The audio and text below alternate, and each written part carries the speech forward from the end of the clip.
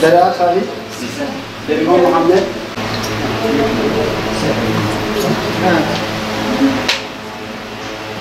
Yetimler Vakfı Batman temsilciliği olarak yeni eğitim öğretim yılının başlamasıyla beraber Sen de Bir Yetimi Okut projemizle yetim çocuklarımıza kırtasiye yardımı dağıtımını gerçekleştirdik. Hayırseverlerimizin destekleriyle beraber yetim çocuklarımızın yeni eğitim öğretim yılında eksiklik hissetmemesi adına bütün malzemelerini çantasından defterine, suluk, beslenme çantası dahil olmak üzere bir okulun istemiş olduğu bütün ihtiyaçların hepsini hayırsever kardeşlerimizin destekleriyle tamamladık ve onların hepsine dağıttık.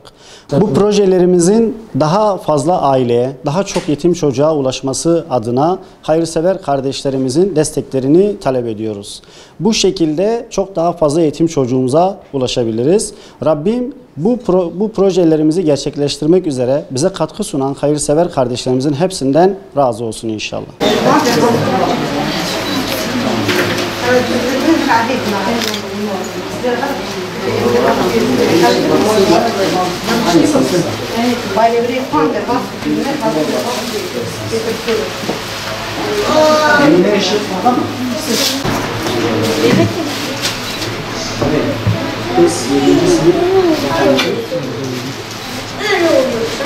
Ehliyeten aldı.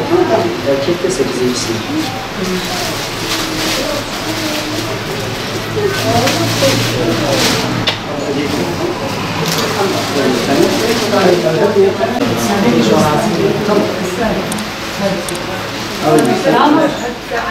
Erkek de